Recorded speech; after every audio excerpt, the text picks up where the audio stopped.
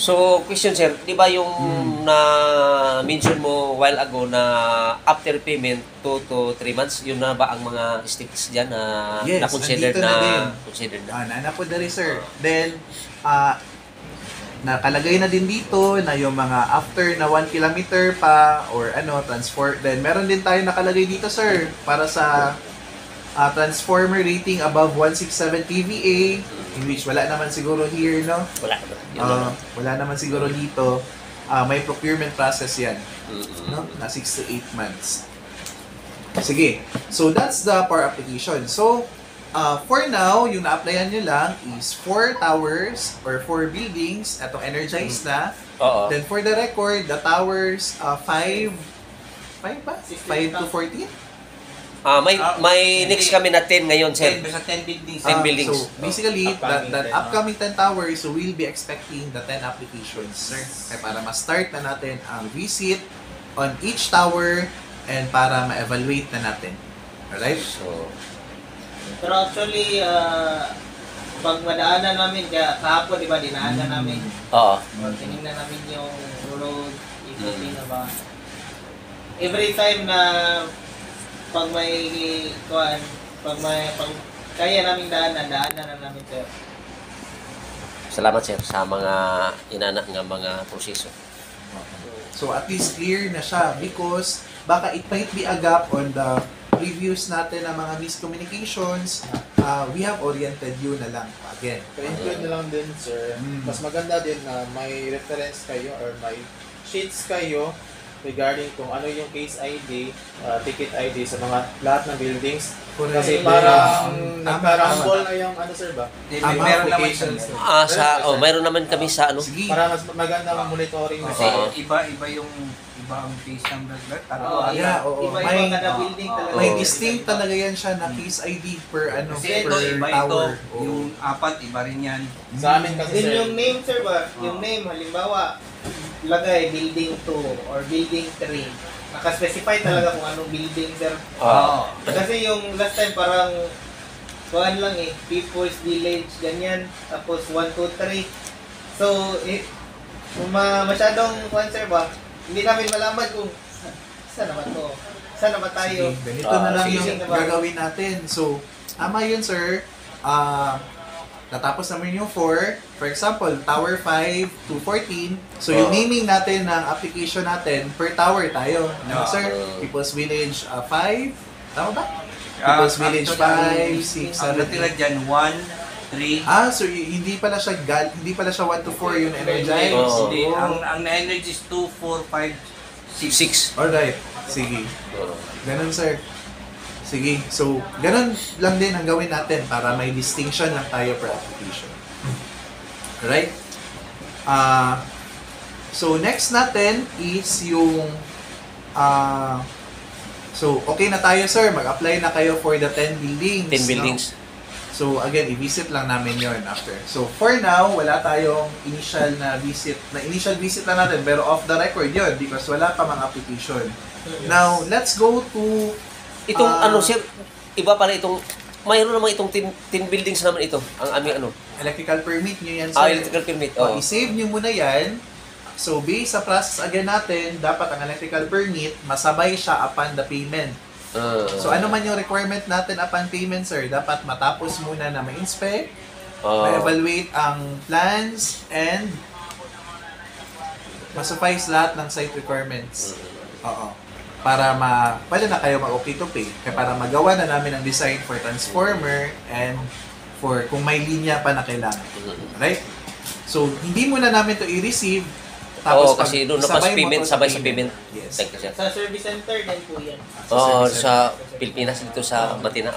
The reason din, sir, na hindi namin pwedeng i-receive ang permit kasi pwede kaming ma-charge for conflict of interest pag kami ang mag-receive directly sa Ponciano. Kaya may third party kami na dapat mag-scan and meron din kasing direct na transmittal on the validation of electrical permit doon sa aming service centers. So, dapat sa kanila talaga dumaan ang So, sir, permits natin. next tanong ko, pagkatapos yung submit namin, Yes, sir. kailan namin masignal na ma-pull out na namin yung mga meter base. Meter base. O, para So, yung maka-do naman yung mga correct, electrician that's a namin. very good question. So, para makakuha kayo ng meter base, pwede naman namin ibigay sa inyo in advance. Pero dapat ma-applyan nyo muna. I-consider mo yung 1 to Ito first step. First step. First step. Supposedly, binibigay lang ang meter base after mabigay ang cost with the cost estimate. Pero, since yung usual namin na ginagawa, after niyo mag-apply, tapos na initially na survey na namin, pag ready na yung meter center niyo na lagyan ng meter base, that's the time that we can release the meter base sa inyo. Oo. Ibig sabihin, survey muna. Yes, oo. Oo. So kaya yung long time ninyo na tanong, bakit wala pa rin kami meter base for the 10 towers, wala pa mang application. So i-apply siya agad-agad para makaset kami ng survey per building. After ng survey per building, pag clear na siya or ready na ang site for meter base installation, pwede na namin ma-release agad-agad ang meter base. Sige. Kahit na wala pang payment. Oo. Right? Sige, clear tayo doon, sir? Clear ko lang, sir, ha, sir. Yung Share permit, na sir, po ni. ibang application yan, sir. Iba pala itong sa application. Oppo yan, sir. Oo. Iba yun. Sa doon, sa Yung sa Davao Light, Light. yun yung para sa account. Oo, sa account. So, iba ang application kay Davao Light, iba ang application kay Oppo. So, yung term na application ninyo, na sinasabi namin, kay Davao Light na application yan siya. Kasi wala naman kaming anything related to Oppo. Except lang, kung may binigay na electrical permit sa amin with the application, it means na Basta kayo pasado ito, na yan. sabay naman ito sa payment. Kung mag-payment na, sabay na Yes, ito. sasabay yan sa payment, Sir James. Sige, Ah? thank you. Noted. Sige, may questions pa tayo related to power application, sir? Ikaw, Sir Dino. Okay na, okay. Okay na tayo. So, Ikaw, Sir, mag-apply tayo, sir, ha? Okay. Then, for, since this is a government application, Yes po. in case na magpasa na kayo doon or mag-apply, pwede nyo tawagan either silang dalawa para ma-heads up namin ang service center para maglagay kami ng special lane sa inyo. Oo. Para hindi na kayo maglinya ng mataas. Oo. Another sir, since it is under condo, so we advise talaga na during weekends sila mag-process. Oo. Yun yung sinasabi mo. Kasi weekend sila mag-apply. Kasi marami yung Oo. applications, ay accounts. Accounts. Oo. So, Multi-accounts ito eh. kung gusto natin ng paspasa na application, the nearest weekend agad, apply agad kayo for the 10 towers. Ay, sa application lang, no? Sa Application lang tayo, ha? Application. Alam ko sa Ayusin mo lang. Alam ko sa payment.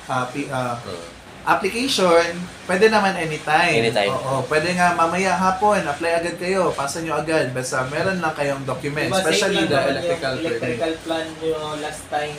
Oo. Electrical Sa lahat. plan pala. Oo. So, Yun yung, yun na lang yung change nyo na lang yung name, tapos i-send. Ano yun?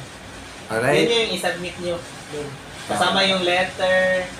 Inote mo talaga yun, ha? Mag-intend, later mag-intend pa kami sa application. To include sales to be after the next meeting. Right, sige. So, Sa mag-apply na trans sila. yun, sir, ha? Sa trans. Sa Trans. Doon Oo, i-apply sa Matina. sa- Matina. Matina or sa Victoria. Yes, correct. Dalawang service centers natin. Oo. Yun talaga yung application nila po. May question pa tayo, sir, regarding the application of the 10 towers? Wala na? Parang, ikaw, Sir. Sige, sir. Sa 10 buildings. Yes. Ako Hmm. na yung halimbawa, dalawa ready na, nagre-release pa kayo ng gradual o kailangan sabay-sabay yun. May mga ano kami, for example, usually, sir, depende siya sa number of meters. For example,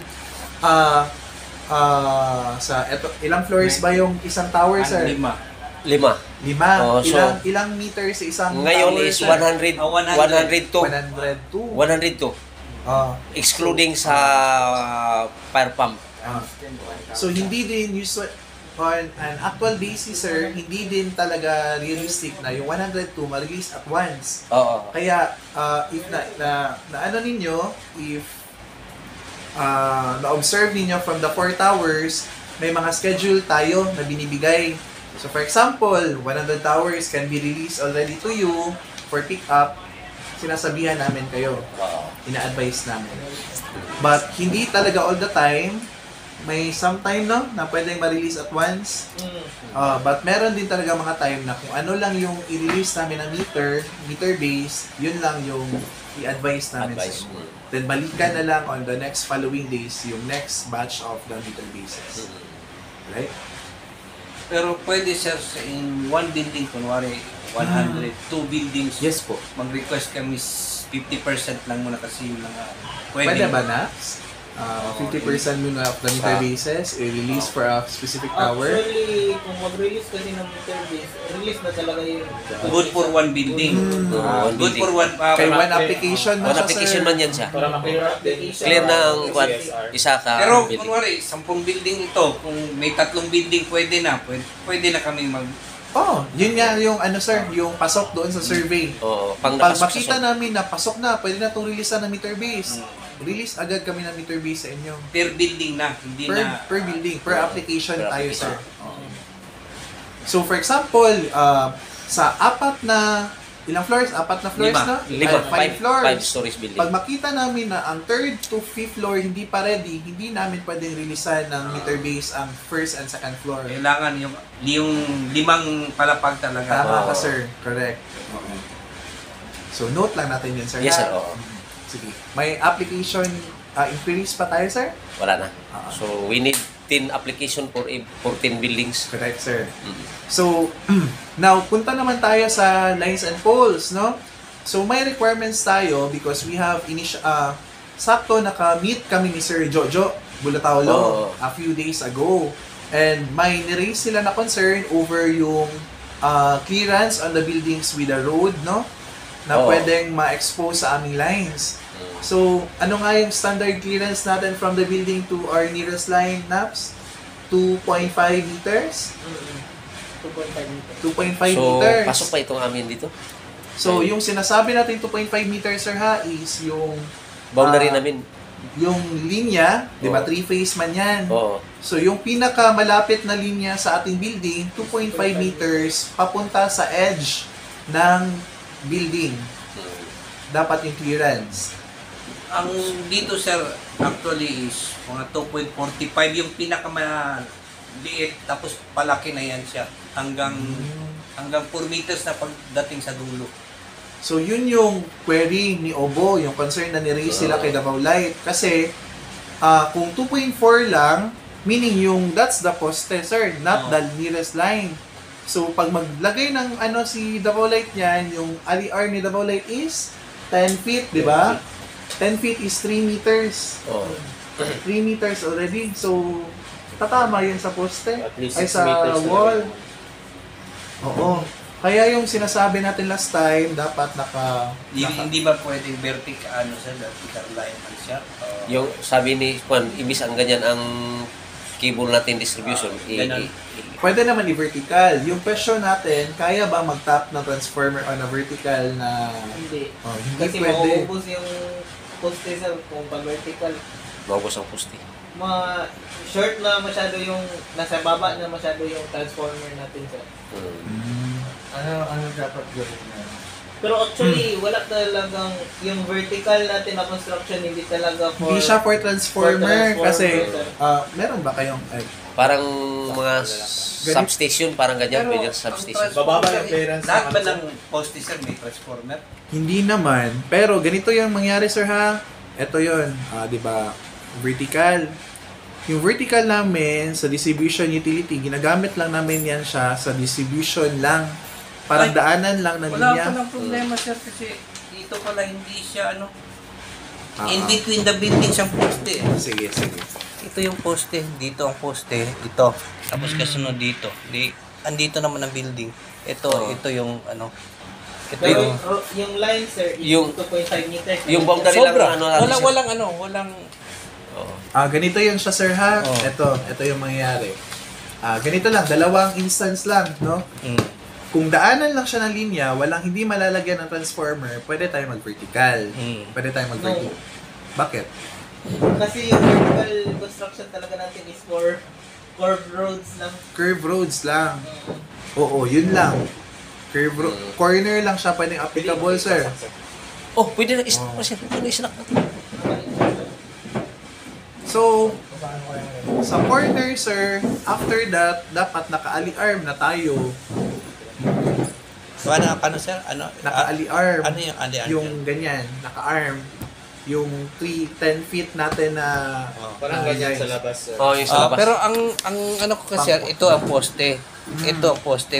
Hindi siya tatama sa building. Ito. Ang ano lang, yung arm nyo ngayon, kunwari, ito yung poste. Ito yung arm nyo. Ganun. Ito ang 3 meters, di ba? Yeah, that's the 3 meters. Oh, 3 meters. Galing dito, papuntang building, dapat may 2.5 meter na clearance. First Oo. line. So, Hindi, ito sa galing yun doon dahil doon sa cable nyo. Na ano. Live man yung line. Ah. Hazard siya sa building. Kunwari ito yung cable nyo, ganyan. Oo. Yan. Ito ang 2.4. Dito sa building sir. Sa, Ito nga ang requirement nila is 2.4. Hindi Hindi, sir, hindi, sir. 2.4. Yung Hindi. last na linya, last cable going to building, Yes. 2.4 ang 2.5. yun ang 2.5. 2.5 meters 2.5. clearance. Last Meaning power line clearance, yan siya ang term namin, sir. So wala na talaga tayo dito kasi dito sa boundary 2.4. Power line obstruction. bali kung ito yung building, Republic Act yan, sir, ha? pero ito yung building, Vertical allowance yan ito between yung building sa poste, labas. ito yung ano nyo. Ito dapat may 2.4 na